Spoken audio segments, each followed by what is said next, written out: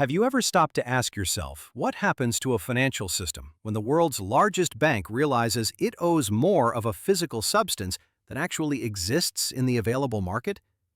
It is a psychological weight that most investors never have to carry. But right now, in the high offices of Wall Street and the vaults of Singapore, that weight is becoming unbearable. It's the feeling of holding a paper promise in a world that is suddenly demanding real, cold, hard metal. Hello everyone, and welcome back to the channel. It is truly great to have you here with us today. Before we dive into the deep numbers and these recent developments regarding JPMorgan and the Chinese ICBC, I'd love to know where you are watching from. Whether you're in a small town in the Midwest, a bustling city in Europe, or perhaps even tuning in from Asia, drop your location in the comments.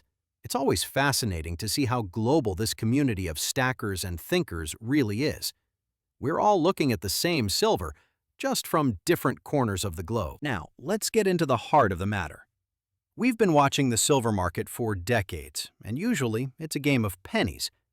But what we are seeing as we approach the end of 2025 is unlike anything in the history of precious metals.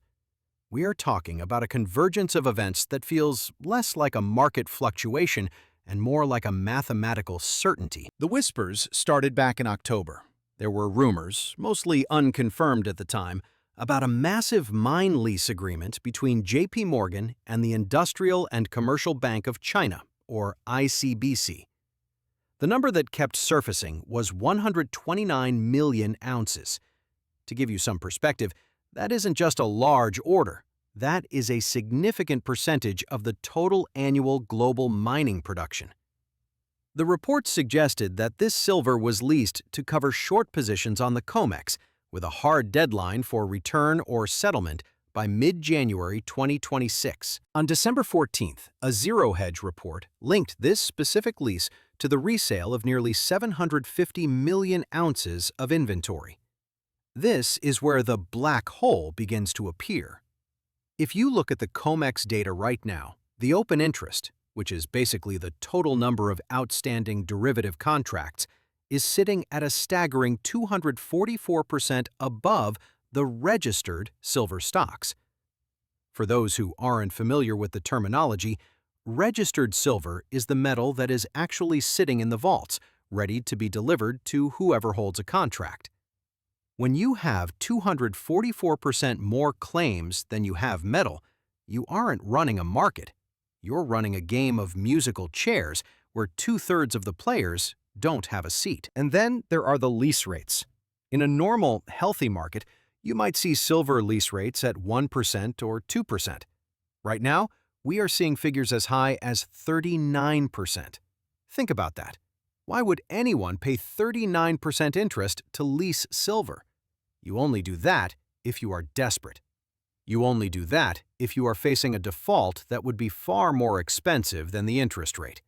It's a sign of a massive physical shortage. What makes this a China trap is the recent strategic shift in Beijing. Throughout 2025, we've seen China tighten its grip on critical minerals.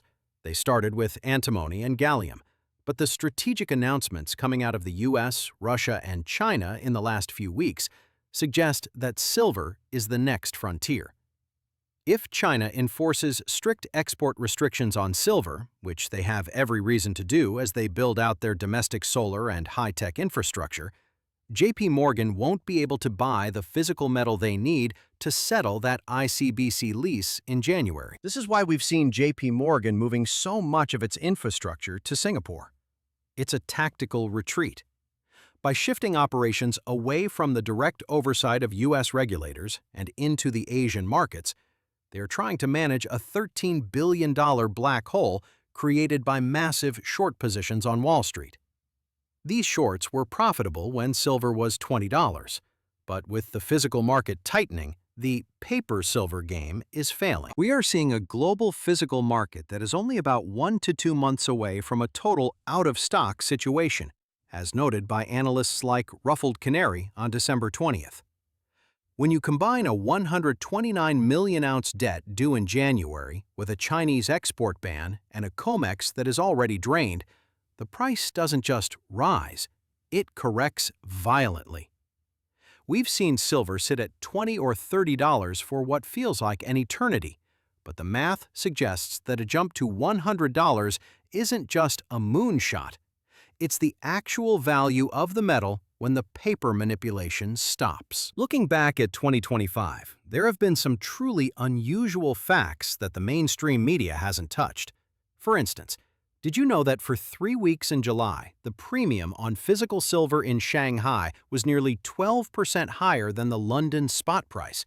That is an enormous arbitrage gap that signaled the East was pulling metal away from the West long before this ICBC story broke. Another little-known fact from this year: several central banks in Eastern Europe and the Middle East quietly began classifying silver as a Tier 1 reserve asset, right alongside gold.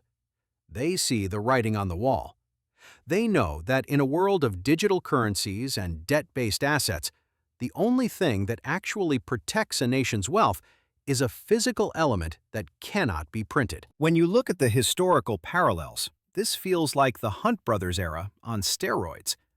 Back in 1980, it was two wealthy individuals trying to corner the market. In 2025, it's a battle between the world's largest banks and sovereign nations. The scale is 100 times larger, and the implications are far more serious for the average retirement account. As Harry used to say at the shop, this is what we stack for. We don't buy silver because we want to get rich overnight. We buy it because we want to be our own central bank. We buy it because we know that eventually the $13 billion black holes and the 244% over-leveraged contracts have to be reckoned with. The mid-January deadline is the X on the calendar. If JPMorgan cannot source those 129 million ounces from the physical market because China has locked the gates, we are going to see a cascade of failures. It starts with a force majeure on the COMEX, where they tell you they can't give you the metal and will give you a check instead. And it ends with the physical price of silver detaching completely from the paper price. In that scenario, $100 silver is just the beginning. It's the point where the world finally realizes that the paper in their wallets is just that, paper. And the metal in your hand? Well, that's the only truth left in the financial system. We are living through a historical shift. It's not a time for panic, but it is a time for preparation and clear-eyed analysis of the data. The numbers don't lie, even if the institutions behind them sometimes do. Thank you for spending this time with us today. It's a complex world, but when you break it down into ounces and deadlines, it becomes a lot clearer. If you found this analysis helpful, please make sure to subscribe to the channel. We have a lot more coming as we track this ICBC lease situation heading into January. And don't forget to leave a comment below. Tell us what you think about the Singapore shift, or just let us know where you're watching from. We read every single one. Stay safe, stay informed, and keep stacking.